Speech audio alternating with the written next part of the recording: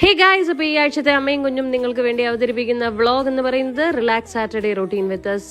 ഞാനും ഖുഷിയും മാത്രമേ ഉള്ളൂ. അപ്പോൾ വരൂ, രാവിലെ എണീറ്റ ഉടനെ തന്നെ കേർട്ടൻ എല്ലാം ഞാൻ തുറന്നു. എന്നിട്ട് നമ്മുടെ ബാൽക്കണി ഡോറെല്ലാം തുറന്നിട്ടു. കുറേ ശുദ്ധവായും വെളിച്ചമൊക്കെ കയറട്ടെ.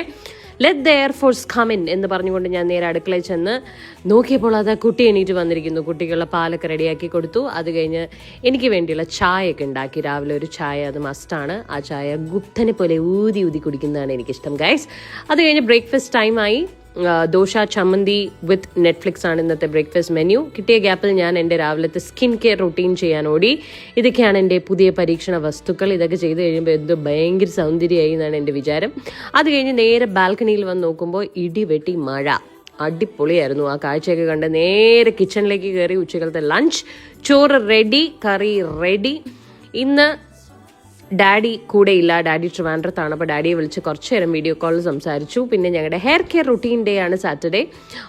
തലയിൽ ഓയിലൊക്കെ ചെയ്ത് ഞങ്ങൾ രണ്ടുപേരും ലഞ്ചിലേക്ക് കടക്കുകയാണ്. ലഞ്ച് വിത്ത് സുമതി വളവായിരുന്നു ഇന്നത്തെ ഞങ്ങളുടെ ഉച്ചക്കലത്തെ എൻ്റർടൈൻമെൻറ്റ്. ലഞ്ചൊക്കെ കഴിഞ്ഞ് കുറച്ച് നേരം ഇരുന്നിട്ട് ഞാൻ പോയി നല്ലൊരു കുളിയൊക്കെ പാസ്സാക്കി വന്ന് നോക്കുമ്പോൾ അത് ആമസോണിൽ നിന്നും 2 വലിയ പെട്ടികൾ.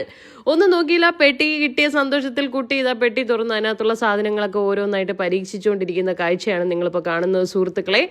ഗ്രീൻ മാച്ച വീട്ടിലുണ്ടാക്കിയ സന്തോഷത്തിലാണ് ഞാൻ. അത് കഴിഞ്ഞ് സന്ധ്യയ്ക്ക് വിളക്കൊക്കെ കൊളുത്തി.